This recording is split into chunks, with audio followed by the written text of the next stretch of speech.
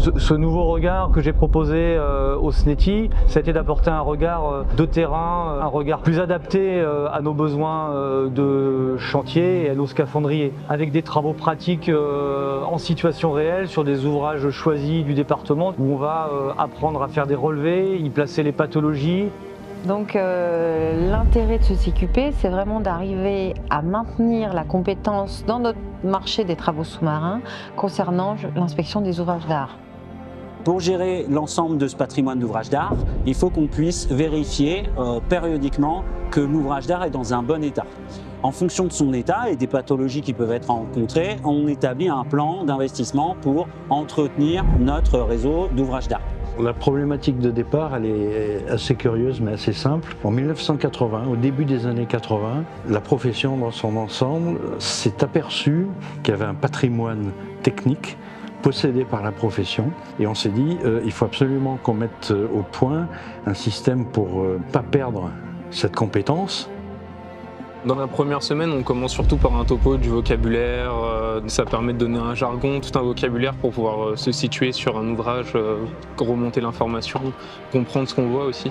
Et la deuxième semaine, du coup, on est plus passé côté pratique. C'est là où les inspecteurs nous rejoignent. Donc eux, on dessine, alors que les agents, nous, on va sous l'eau pour constater. Donc l'agent, effectivement, c'est sur 2 semaines. Pour expliquer succinctement ce qui se passe, la première semaine, c'est énormément de théorie. La seconde semaine, là, elle est commune pour et les agents et les inspecteurs. Donc on va sur un pont qu'on ne connaît pas. Donc on est sur un ouvrage. Le but, c'est de faire une inspection complète. On a toute la journée pour le faire et on rend les dossiers en fin de journée. Pour Monsieur SNCF, c'est important d'avoir des scaphandriers compétents qui vont lui dire si le pont sur lequel passe un TGV avec 800 personnes à bord, s'il peut continuer à le faire.